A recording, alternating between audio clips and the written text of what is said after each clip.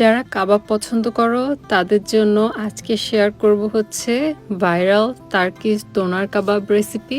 এটাই আমার first try ছিল, কিন্তু এটা বানানোটা অনেক ইজি লেগেছে আমার কাছে, আর এটা খেতেও ভীষণ মজার। আমি অনেকেরই রেসিপি দেখেছি, তারপর নিজের মতো করে ট্রাই করেছি কাবাবটা বানানোর। প্রথমে এখানে নিয়ে নিয়েছি 1/2 পাউন্ড পরিমাণ গরুর মাংসের কিমা, মেশাচ্ছি হচ্ছে পেঁয়াজ আর কাঁচামরিচ একদমই ফাইন চপ করা, একটা চপারে দিয়ে চপ করে নিয়েছি। তারপর মেশাচ্ছি হচ্ছে আদা রসুন বাটা, টক দই, আর মশলার মধ্যে দিয়েছি হচ্ছে গরম মশলার গুঁড়া, জিরার গুঁড়া, একটু গোলমরিচের গুঁড়া, লবণ, ঝালমরিচের গুঁড়া একটু দিয়েছি, আর পাপরিকা পাউডার দিয়েছি একটা স্মোকি ফ্লেভারের জন্য। এরপর খুব ভালোভাবে মেখে নিতে হবে যেন প্রতিটা মাংসের সাথে মশলাগুলো খুব ভালোভাবে লাগে। তো মাংস নির্বাচনের ক্ষেত্রে তোমরা যদি ফ্যাট সহ মাংসটা নাও তাহলে এই কাবাবটা খেতে খুবই ভালো লাগবে। যেমন আমি নিয়েছি হচ্ছে 80% মাংস, 20% ফ্যাট, ওরকম দেখে। তারপর হচ্ছে এরকম 3টা বল আকারের বানিয়ে নিয়েছি, আর এখানে একটা বেকিং শিট রেখে তার উপর একটা গোলা রেখে উপর থেকে আরেকটা পেপার দিয়ে চেপে চেপে একটু স্প্রেড করে এরপর হচ্ছে বেলুন দিয়ে খুব ভালোভাবে বেলে নিয়েছি যেন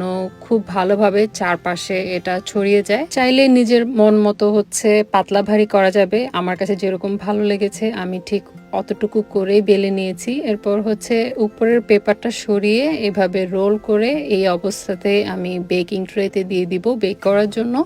এখন বেকিং ট্রেতে কাবাবগুলোর সাথে আমি আরও অ্যাড করছি হচ্ছে মোটা করে রাখা পেঁয়াজ ফালি, টমেটো ফালি, আর হচ্ছে মরিচ ফালি। এই মরিচটা ভীষণ ঝাল, কাবাবের সাথে খেতে ভালো লাগছিল। এরপর এগুলোর উপরে একটু অলিভ অয়েল, লবণ দিয়ে ওভেনে বেক করব হচ্ছে 400 ডিগ্রি ফারেনহাইটে 20 মিনিটের মতো।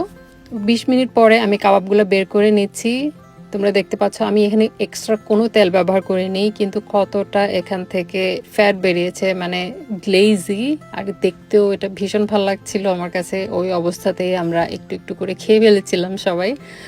তো যাই হোক, আমার কাছে মনে হয়েছিল যে অনেকটা পানিও রিলিজ হয়েছে, তো আমি একটু ছিঁড়ে ছিঁড়ে আবারও ওভেনে দিয়ে দিব হচ্ছে 2 থেকে 3 মিনিটের জন্য, যেন এক্সট্রা যে পানিটা আছে ওইটা একটু টেনে যায়। আর এখানে আমি ব্রেডটা রেডি করে নিচ্ছিলাম, যেহেতু এগুলো দিয়ে আমার বাচ্চাদেরকে আমি রোল বানিয়ে দিব। চাইলে কাবাবটা এমনিতেও সালাদের সাথেও খাওয়া যেতে পারে, আর রোল বানিয়েও খাওয়া যেতে পারে। তো আমার হাজব্যান্ড সেই বিশাল সাইজের রুটি নিয়ে এসেছিল, যেটা কাবাবটার জন্য পারফেক্ট ছিল না, বাট খারাপ ছিল না আলহামদুলিল্লাহ। তো আমি ব্রেডটাকে 4 পিস করে বাচ্চাদেরকে জাস্ট রোল বানিয়ে দিচ্ছিলাম। ওরা খেয়ে খুবই পছন্দ করেছে, তবে মরিচটা পরে ফেলে দিয়েছিল কারণ অনেক ঝাল ছিল। আর উপরে যে হোয়াইট সসটা দিয়েছি সেটাও আমার বাসায় বানানো, সেটার রেসিপিও তোমাদের সাথে ইনশাল্লাহ কখনো শেয়ার করব। এই তো আমার রোলগুলো বানানো হয়ে গিয়েছে, আর এই কাবাবটা তোমরা চাইলে চুলায়ও ট্রাই করে দেখতে পারো, আমার মনে হয় খুব কাছাকাছি একটা রেজাল্ট পাবে।